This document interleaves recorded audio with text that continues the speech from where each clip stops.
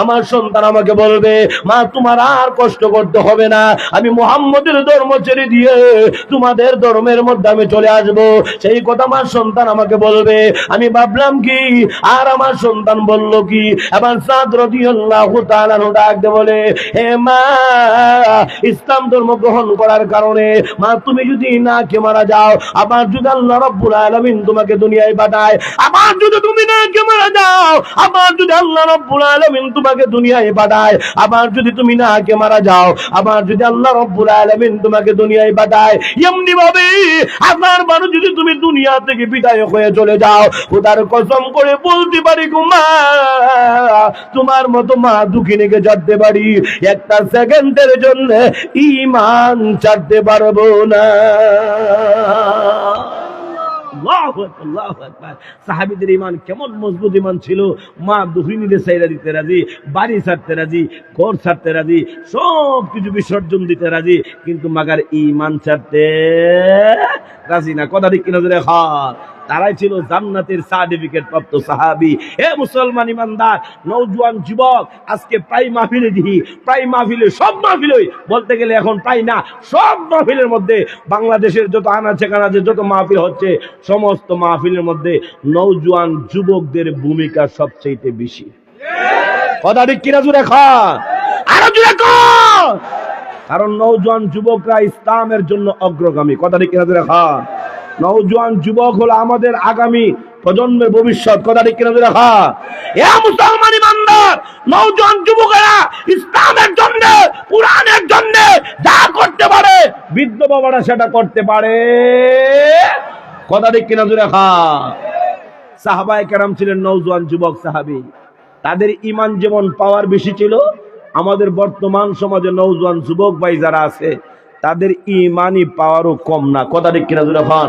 তাদের ঈমানি পাওয়ারও সাহাবায়ে কেরামের ঈমানি পাওয়ারের মতো। সুবহানাল্লাহ, সুবহানাল্লাহ। সূরাতুল আহজাব নামে পবিত্র কোরআনুল কারীমের মধ্যে একটা সূরা আছে, সেই সূরার ভিতরে আল্লাহ রাব্বুল আলামিন খন্দকের যুদ্ধের আলোচনা আল্লাহ তুলে ধরেছেন। সুবহানাল্লাহ জোরে খান। আল্লাহ নবী বিশ্ব নবী রাহমাতুল লিল আলামিন যখন মক্কা ছেড়ে মদিনার মধ্যে গেলেন, মদিনার মধ্যে যাওয়ার পরে কাফের মুশরিক বেঈমানরা চতুর্দিক দিয়ে আক্রমণ, রাসূলকে শান্তিতে বসবাস করতে দিবে না। আবার সাহাবায়ে কেরামের পরামর্শ অনুযায়ী আল্লাহ নবী বিশ্ব নবী রাহমাতুল লিল আলামিন মদিনার চতুর্দিক দিয়ে একটা খাল খনন করলেন, পরিখা খনন করলেন, খন্দক খনন করলেন। 10 হাত গভীর, 15 হাত প্রশস্ত, 3.5 মাইল লম্বা। সুবহানাল্লাহ জোরে খান। প্রত্যেকের বাগে 10 হাত, এমনকি আমার নবীজির বাগেও 10 হাত। সুবহানাল্লাহ, সুবহানাল্লাহ। 15 হাত প্রশস্ত খন্দকটা, খালটা যদি কেউ লাফ দিয়ে পার হয়, তাহলে বোঝা গেল তার শরীরে শক্তি আছে। কথা ঠিক কিনা জোরে খান। কাফিরের প্রসিদ্ধ বীর আমর 15 হাত প্রশস্ত খন্দকটা এক লাফে পার হইয়া আল্লাহ রাসূলের কাছে গিয়া হুঙ্কার ছেড়ে দিয়েছে, ইয়া মুহাম্মদ, তোমাদের মধ্যে এমন কেউ আছো আমার সাথে মোকাবেলা করার জন্য প্রস্তুত থাকলে রেডি হয়ে আসো। যেই মাত্র এই হুঙ্কার ছেড়ে দিয়েছে, আল্লাহ নবী বিশ্ব নবী রাহমাতুল লিল আলামিন অবস্থিত সাহাবায়ে কেরামদেরকে ডাক দিয়ে বলেন, এই সাহাবীরা, তোমাদের মধ্যে এমন কেউ আছো কাফিরের প্রসিদ্ধ বীর আমরের সাথে মোকাবেলা করতে রাজি? যেই মাত্র এই ঘোষণা দিছে, দেওয়ার সাথে সাথে একজন টকবগে নওজোয়ান যুবক সাহাবী মজলিসের মধ্যে দাঁড়ায় বলতে লাগলো, ইয়া রাসূলুল্লাহ, আপনি যদি অনুমতি দেন তাহলে তার সাথে আমি মোকাবেলা করার জন্য রেডি আছি। সুবহানাল্লাহ জোরে খান। আল্লাহর নবী ডাক দিলেন, হে সাহাবী, তুমি বসো, তোমার বয়স অল্প, তুমি তার সাথে মোকাবেলা করে পারবে না। কেন? এই যে আমর 15 হাত প্রশস্ত খন্দকটা লাফ দিয়ে পার হয়ে গেছে, তার শরীরের মধ্যে 1000 বাহাদুরের শক্তি আছে, তুমি তার সাথে পারবে না, তুমি বসে যাও। আল্লাহ রাসূলের কথা অনুযায়ী বসে গেলেন। আবার দ্বিতীয়বার যখন হুঙ্কার ছেড়ে দিয়েছে, ইয়া মুহাম্মদ, তোমাদের মধ্যে এমন কেউ আছো আমার সাথে মোকাবেলা করার জন্য প্রস্তুত? এমনি দেখা গেল আল্লাহ নবী বিশ্ব নবী রাহমাতুল লিল আলামিন অবস্থিত সাহাবায়ে কেরামদেরকে ডাক দিল, ও সাহাবীরা, তোমাদের মধ্যে এমন কেউ আছো কাফিরের প্রসিদ্ধ বীর আমরের সাথে মোকাবেলা করতে রাজি? দেখা গেল দ্বিতীয়বারই ওই নওজোয়ান যুবক সাহাবী আবারও মজলিসে দাঁড়ায় গেছে। সুবহানাল্লাহ জোরে খান। আপনারা বলুন তো, দেখি আল্লাহ রাসূল ইচ্ছা করলে তার সাথে মোকাবেলা করতে পারে না? আরো জন পারে কি পারে না? পারে। কেন পারে? আল্লাহ রসুল এমন বেশি মোটাও ছিলেন না, আবার এমন হালকা পাতলাও ছিলেন না, একটা মানুষ ধাক্কা দিলে রসুলকে ফুলে যাবে এমনও ছিলেন না। আল্লাহ রসুল ছিলেন মিডিয়াম সাইজের। সুবহানাল্লাহ জোরে খাওয়া। কিন্তু আল্লাহ রাব্বুল আলামিন রসুলের গায়ে এই পরিমাণ শক্তি আল্লাহ দান করেছেন, রসুল ছিলেন সবচেয়ে বেশি বীর বাহাদুর। সুবহানাল্লাহ জোরে খাওয়া। আহসানান নাস ওয়া আজওয়াদান নাস ওয়া আশজাআন নাস। সুবহানাল্লাহ জোরে খাওয়া। রসুল ছিলেন সবচেয়ে বেশি বীর বাহাদুর, কিন্তু রসুলের গায়ে আল্লাহ কি পরিমাণ শক্তি দিয়েছেন।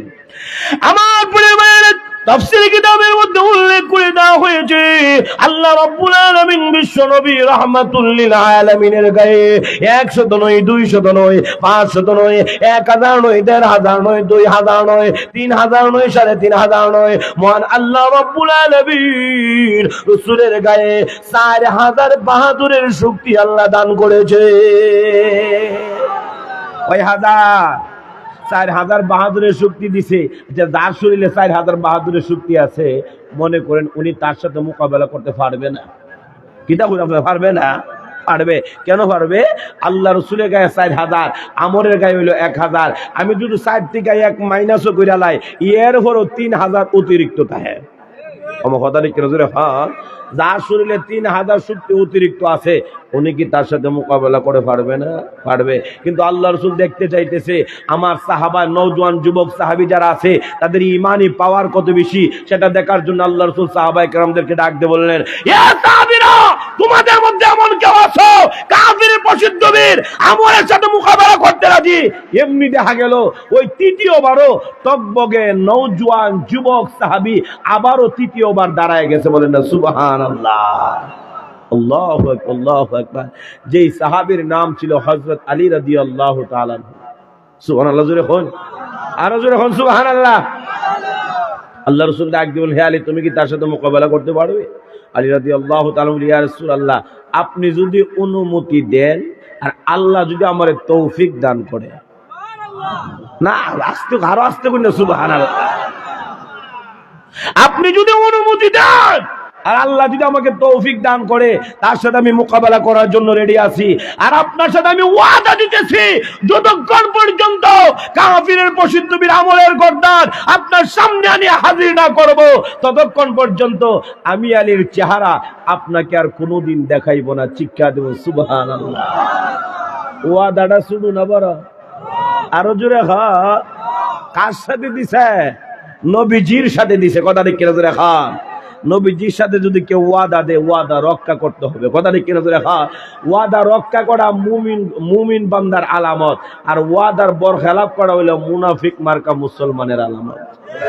কথা ঠিক কিনা জোরে? হ্যাঁ, আমাদের সমাজে মুনাফিক মার্কা মুসলমান আসুনি, আরো যখন আসুনি ওয়াদা কইলে ওয়াদা ঠিক না। কথা ঠিক কিনা জোরে? হ্যাঁ, যদি কেউ যদি আপনি 1000 টাকা দিন হাওলাত হিসেবে, এও কান্নাকাটি করে, ভাই আমি কান্নাকাটি করে আপনি থেকে 1000 টাকা নিছে, সন্ধ্যার সময় দেখাবো। এ সন্ধ্যার সময় বাইতেন না 1000 টাকা আমার দিয়া যাইব। এরে সন্ধ্যার সময় খুঁজ যাবে, আর গরিব হওয়া না। আমার কথা ঠিক কিনা ধরে? হ্যাঁ, এর না দিয়ে দেবো বাড়িতে, আমি নিজে উঠছে কি আর গরিব হয় না রে আমি। ঠিক কিনা ধরে? হ্যাঁ, ইতিহাস দিতে দিতে 1 সপ্তাহ আরো 100-200 গুড়িয়া। কথা ঠিক কিনা ধরে? হ্যাঁ, 100-200 গুড়িয়া দিদি 1 সপ্তাহ পরে 1000 টাকা শেষ করছে। তাহলে বোঝা গেল মুমিন বান্দার ইমানের কত অবস্থা। কথা ঠিক কিনা ধরে? হ্যাঁ, ওয়াদার কত মানে ফাক্কা এরাদা, ওয়াদার বড় খেলাফ নাই, ওয়াদা ঠিক আছে মনে হয়, ওয়াদা ঠিক আছে, ওয়াদা ঠিক নাই। তাহলে আর রাজনীতিক ওয়াদা যারা দে, এরা আর মোটামুটি ভালোই মনে হয়। কথা ঠিক না? নির্বাচনের আগে দেখবেন কত ওয়াদা, আমি যদি নির্বাচন হওয়ার রাখা সমস্যা একবারে স্বর্ণ দিয়ে ফাঁকা। তোমার কথা ঠিক কিনা ধরে? হ্যাঁ, স্বর্ণ দিয়া ফাঁকা ডাকা কইরা উল্টায় পাল্টাই লিব। নির্বাচিত যখন নির্বাচিত হওয়ার পরে, ভাই আপনি তো রাস্তাটা করে দিবেন স্বর্ণ দিয়া, ওয়াদা কিন্তু ঠিক থাকে। নির্বাচন দেওয়ার লাগে কথা ঠিক কিনা ধরে? হ্যাঁ, নির্বাচন ওয়াদা দেওয়ার লাগে না। কিন্তু ওয়াদার বর খেলাফ করে এটা তো মুনাফিক মার্কা মুসলমান। কথা ঠিক কিনা জোরে? হ্যাঁ। আলী ওয়াদা করছে রসুলের সাথে, ওয়াদাটা রক্ষা করতে হবে, ঠিক কিনা জোরে? হ্যাঁ। এবার আলী রাদিয়াল্লাহু তাআলা আনহু মাথার মধ্যে রসুলের পাগড়ি মুবারক কানা বাঁধিয়ে দিছে। সুবহানাল্লাহ জোরে হ্যাঁ। আরো জোরে হন না সুবহানাল্লাহ। মেয়ে এখন কালে আইতেছে, শুরু কালে হইতেছে, কিছুক্ষণ থাকবেন তো না, বেশিক্ষণ ডাউন যেত না। আমার তো আমার দিছে একবার ডাউন করে, আগামীকাল আমার বগুড়া প্রোগ্রাম।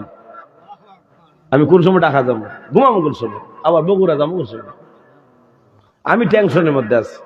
ওয়াজ তো একটা মন মানসিকতা তখন লাগে। কথা ঠিক নেবে ঠিক না? আপনারা সুবিধা দিত, আমার সুবিধা হইতো না, আমারও তো অবস্থা তখন লাগবো। কথা ঠিক কিনা ধরে? হ্যাঁ। আমার পরে ভাই, তাহলে আবার আসুন যে কথাটা বলতেছিলাম, কথাটা হলো এবার আল্লাহ রাসূল সাল্লাল্লাহু আলাইহি সাল্লাম নিজের পাগড়ি মুবারক কান আলী রাদিয়াল্লাহু তাআলা মাথার মধ্যে বাঁধিয়ে দিয়েছে, রাসূলের তরবারি কান আলী রাদিয়াল্লাহু তাআলা হাতের মধ্যে দিয়ে দিয়েছে। সুবহানাল্লাহ জুড়ে খান। এক হাতে তলোয়ার, আর এক হাতের মধ্যে, আগেকার জমানার মধ্যে ছিল তলোয়ারের লড়াই, বাম হাতে থাকতো ডাল, বাম হাতে থাকতো কি? এখন তো তলোয়ারের লড়াই নাই, এখন কে তলোয়ারের লড়াই আছে? এখন দুই সিস্টেমের লড়াই, একটা হলো শহর এলাকার লড়াই, আর একটা হলো গ্রাম অঞ্চলের লড়াই। আপনারা তো শহরের কাছাকাছি, কোলাওরা শহরের কাছাকাছি, শহর এলাকার লড়াইটা হইলো কি জানেননি? হাতের মধ্যে একটা লইব মাল, লইবে টুস, একই হুস। কথা ঠিক কিনা দিলে? হ্যাঁ। টুস করে হুস করে ঘুরে গেছে, কিয়ামত হয়ে গেছে। সে হইল শহর এলাকার লড়াই। আর গ্রাম অঞ্চলের লড়াইয়ের বিবরণ দিতে গেলে 5টা মিনিট লাগবে ভাই, খরচ করার দরকার নাই, সময় নাই। কথা ঠিক কিনা দিলে? হ্যাঁ। তাহলে শহর এলাকার লড়াই, আগেকার জমানার মধ্যে ছিল তলোয়ারের লড়াই, এক হাতে তলোয়ার আর এক হাতে ডাল, প্রতিপক্ষের আঘাত প্রতিহত করার জন্য। কথা ঠিক কিনা দিলে? হ্যাঁ। আমার পরিবারের আলী রাদিয়াল্লাহু তাআলা আনহু এক হাতের মধ্যে তলোয়ার আর এক হাতের মধ্যে ডাল লইয়া বুড়ার উপরে সওয়ার হইয়া ময়দানের মধ্যে ছুটেছে। আমার এক হাতের মধ্যে তলোয়ার আর এক হাতের মধ্যে ডাল লইয়া বুড়ার উপরে সওয়ার হইয়া ময়দানের মধ্যে ছুটেছে। দুজন অত্যন্ত দ্রুত বেগে ঘোড়া দৌড়াচ্ছে, ঘোড়ার পায়ের আঘাতে ধুলাবালিগুলি উপরের দিকে উঠতেছে, মাঠ অন্ধকার হয়ে গেছে। কিছুক্ষণ আগে তাদেরকে দেখা যাচ্ছিল, এখন আর তাদেরকে দেখা যাচ্ছে না। দুইজনের মধ্যে কথা কাটাকাটি শুরু হয়ে গেছে। একজন বলে তুমি আমাকে আঘাত করো, আর একজন বলে না তুমি আমাকে আঘাত করো। এইভাবে যখন কথা কাটাকাটি হয়ে গেল, কথা কাটাকাটির এক পর্যায়ে আমর ডাক দিয়ে বলে, হেরে আলী, তুমি এখন আমাকে আঘাত করো, আমি তোমার আঘাতের পাল্টা জবাব দেব। আলী রাদিয়াল্লাহু তাআলা বলে, না না, ইসলামের এটা নিয়ম না। সর্বপ্রথম মুসলমান আক্রমণ করবে। ইসলামের নিয়ম হলো যদি কোনো অমুসলিম মুসলমানদের উপর আক্রমণ করে তাহলে তার পাল্টা জবাব দেওয়া। কথা ঠিক কিনা দেখা? মুসলমান আগে আঘাত করতে জানে না, কিন্তু মুসলমানকে কেউ আঘাত করলে মুসলমান আবার গড়ের কোণার মধ্যে বৈশা থাকে না। কথা ঠিক কিনা জোরে? হ্যাঁ। আরো জোরে হন, আরো জোরে। হ্যাঁ। আমার পরিবার এবার আমার কাদের বাহাদুরের শক্তি, হাতের মধ্যে তলোয়ার লইয়া যেই মাত্র আলী রাদিয়াল্লাহু তাআলা নূর গর্দানের মধ্যে মেরেছে, মারার সঙ্গে সঙ্গে এবার আলী রাদিয়াল্লাহু তাআলা তার বাম হাতের ডাল দিয়া তরবারির আঘাতটা প্রতিহত করেছে। ডাল কাটিয়া গেছে, তরবারিটা তার মাথার মধ্যে লেগেছে, মাথার পাগড়ি কাটিয়া চামড়া কাটিয়া রক্ত বাইরে হয়ে গেছে। 1000 বাহাদুরের আক্রমণ শেষ হয়ে গেছে। এই অবস্থায় আমর ডাক দিয়ে বলে, আরে আলী, এখন তুমি আমাকে আঘাত করো, আমি তোমার আঘাতের পাল্টা জবাব দেব। আলী রাদিয়াল্লাহু তাআলা বলে, আরে আমার, এখন তুমি বুঝবা, এখন তুমি টের পাইবা আল্লাহর ভাগের আক্রমণ যে কত শক্ত। আল্লাহর বাগের আক্রমণ যে কত শক্ত এখন তুমি হারে হারে টের পাইবা। কারণ আল্লাহ নবী, বিশ্ব নবী রাহমাতুল লিল আলামিন আলীকে আসাদুল্লাহিল গালিব, আল্লাহর বিজয়ী বাঘ বলে ঘোষণা করেছেন। আরো জোরে বলেন সুবহানাল্লাহ। যেই জঙ্গলে রয়্যাল বেঙ্গল টাইগার থাকে, ওই জঙ্গলের অন্য কোন হিংস্র জীব জানোয়ারের বিল আছে? আরো যখন বিল আছে? বিল নাই। যদি রয়্যাল বেঙ্গল টাইগারের খাওয়ান যদি কেউ চিনিয়া খাইতে চায়, আচ্ছা বলুন তো দিকে, দুনিয়া তো মনে হয় জীবিতই থাকবো?